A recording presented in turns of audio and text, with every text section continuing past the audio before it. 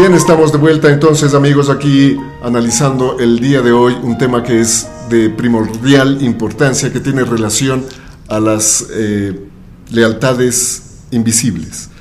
Un poco, Irina, cuéntanos a grandes rasgos qué engloba fundamentalmente estas lealtades invisibles. Bueno, las lealtades invisibles surgen de un sistema intrínseco que llevamos los seres humanos de justicia. Es como que el momento de nacer se nos instala una pequeña balanza que nos dice qué recibimos, qué damos y en qué grado la justicia está involucrada en lo que nosotros sacamos al exterior y lo que recibimos del medio. De manera que todos nosotros necesitamos tener esta balanza siempre equilibrada. ¿Y esta la tenemos desde pequeños, desde que nacemos? Siempre, o sea, es como que el día que naces, incluso desde antes, las personas que creen en que tenemos un alma, bueno, todos tenemos alma, en el alma viene ya marcada esta balanza, más allá de la cultura a la que tú pertenezcas, más allá de que seas de una sociedad, de otra sociedad, de una clase social, seas educado o no seas educado, el momento en que el alma se junta con tu cuerpo, es decir, el momento en el que tú eres concebido, ya se te pone un sentido de justicia. Digamos así, que es como lo que tú decías, es naturaleza humana, es la condición humana, venir con esto grabado, más allá de lo que nosotros podemos saber o darnos cuenta. Es una especie de chip que lo tenemos, pero que está en blanco, que lo vamos adquiriendo o se va enriqueciendo conforme vamos avanzando en nuestra edad. No, es una balanza que ya viene lista. Por ejemplo, todo ser humano viene con un sentido del bien y del mal. De ahí que, no sé si tú has analizado el hecho de que los mandamientos en general son muy parecidos a las reglas de todas las culturas. No hay una sola cultura que diga matar es bueno. No hay una cultura, ni una religión, ni una práctica filosófica, ni ética a lo largo de la historia que diga robar es bueno. De manera que nosotros podemos intuir que este conjunto de preceptos, de mandamientos, de principios, pueden ser asimilados como universales. O sea, nacemos con esa premisa de distinción, en este caso del bien del mal, de la justicia, de la iniquidad, sí, del amor, del odio. Sí, cuando tú naces, ya sabes qué está bien y qué está mal. No sabes bien por qué, pero ya sabes qué está bien y qué está mal. Aun cuando nunca hayas recibido ética, nunca hayas recibido moral, nunca hayas entrado a una iglesia, a un templo, a una sinagoga y a una mezquita, tú sabes del bien y del mal. Es parte de la condición humana. Nosotros, creados a imagen y semejanza de Dios, recuerda que de algo que aprendimos nosotros al dejar el paraíso fue del bien y del mal. Comimos del árbol del bien y del mal y así nosotros instauramos esta balanza dentro de la filosofía judeo-cristiana. En las otras filosofías se asimilan metáforas similares para decirnos cómo nosotros establecemos esta balanza, pero por condición humana, todos los seres ya nacemos con esta balanza totalmente, además, no solo dispuesta, sino equilibrada. Nacemos con la balanza en cero. A lo largo de la vida vamos sintiendo que este sentido de justicia va como decreciendo, creciendo, vamos sintiéndonos a veces perjudicados, a veces estafados, a veces sentimos que somos nosotros los que perjudicamos. Pero en función de los conocimientos o de las relaciones que vamos teniendo a lo largo de nuestra vida. O sea, los elementos referenciales fundamentalmente para los niños son los padres. Sí, ahí es cuando las lealtades se convierten en la medida. Pero las lealtades simplemente a nosotros lo que hacen es decirnos cómo medir esa justicia en términos de una relación.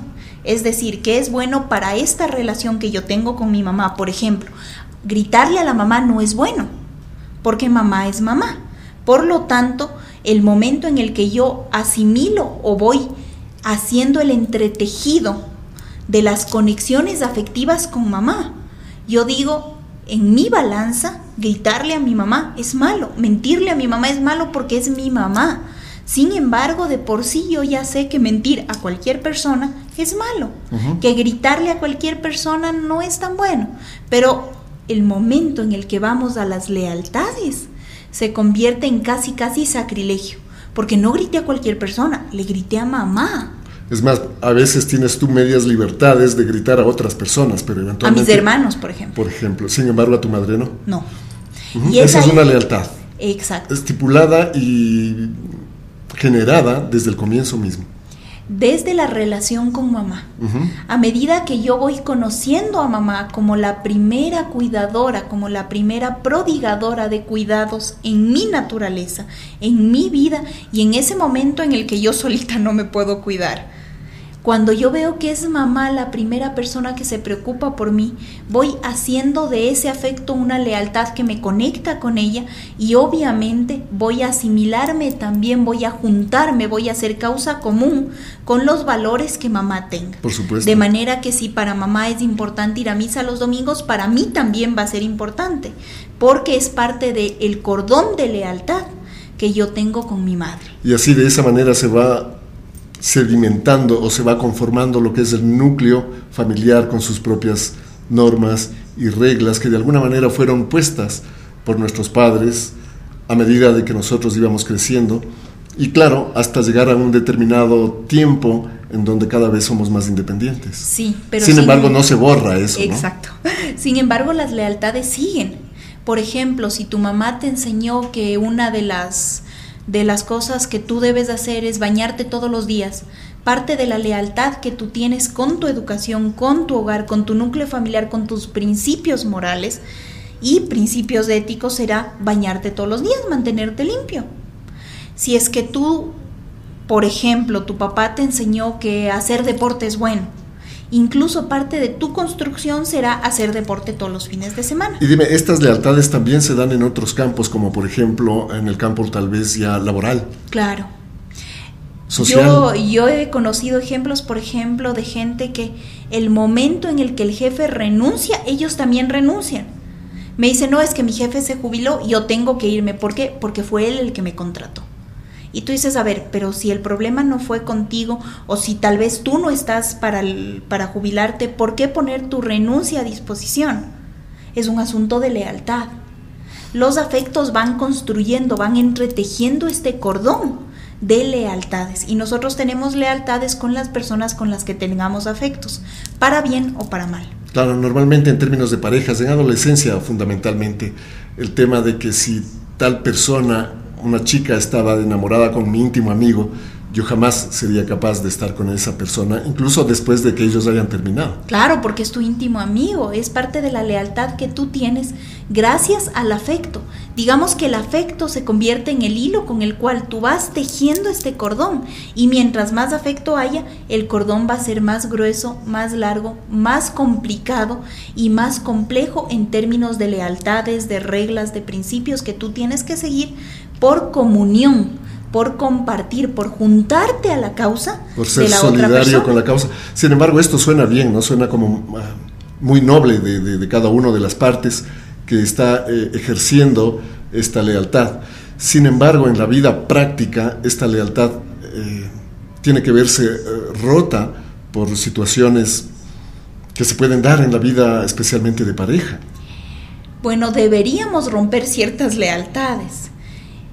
¿Cuándo la lealtad se convierte, digamos así, en un lastre que yo llevo a mi vida? ¿Cuándo la lealtad, en lugar de hacerme crecer, me hace sostenerme en situaciones dañinas, dolorosas, perjudiciales para mí?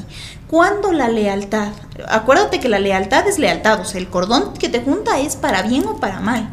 Esa lealtad puede implicar, por ejemplo, ser segregacionista, ser racista, ser tal vez clasista, en el sentido de que si mi papá veía por encima del hombro a cierto tipo de gente, yo también, por lealtad con mi papá. Si mi papá era racista o era regionalista, yo por lealtad con mi papá voy a repetir este modelo.